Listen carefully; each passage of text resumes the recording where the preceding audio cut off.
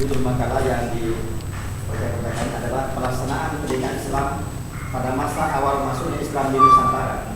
Kalau kita bicara masalah awal masuknya Islam, saya langsung ke pembahasan bahwa dalam catatan sejarah Islam masuk ke Indonesia sekitar abad ke-7 Masehi, yakni pada pantai pesisir Sumatera telah menjadi kawasan lintas perdagangan bagi pedagang Muslim dari India, Persia, dan Arab menuju Tiongkok hingga terus berlanjut sampai berabad-abad lamanya kemudian.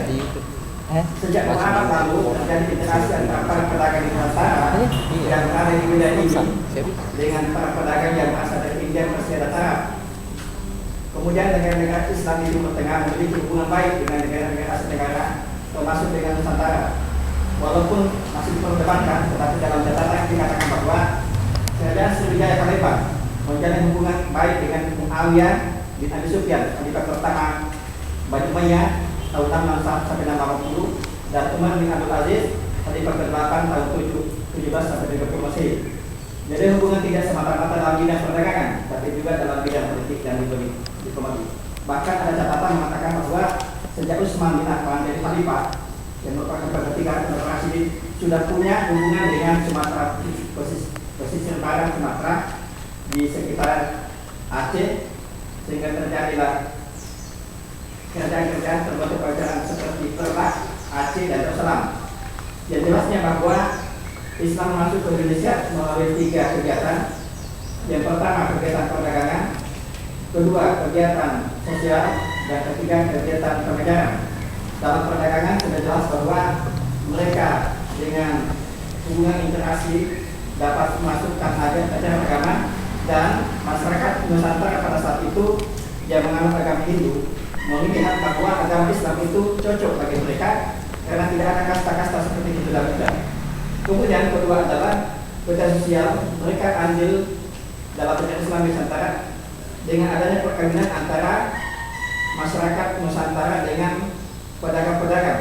Contohnya Prabu Brawijaya yang beragama Hindu menikahi putri Chang, pasukan Muslim dari Cina.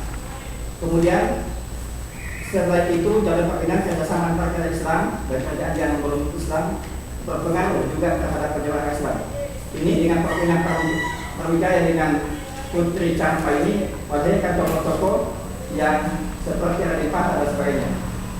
Kemudian lembaga pendidikan Islam pada awal masuk Islam Nusantara tentu tidak sama dengan sekarang, ada madrasah dan sebagainya, tetapi ada beberapa hal seperti masjid. Sejak awal penyebaran Islam Nusantara, masjid telah memegang peran yang cukup besar.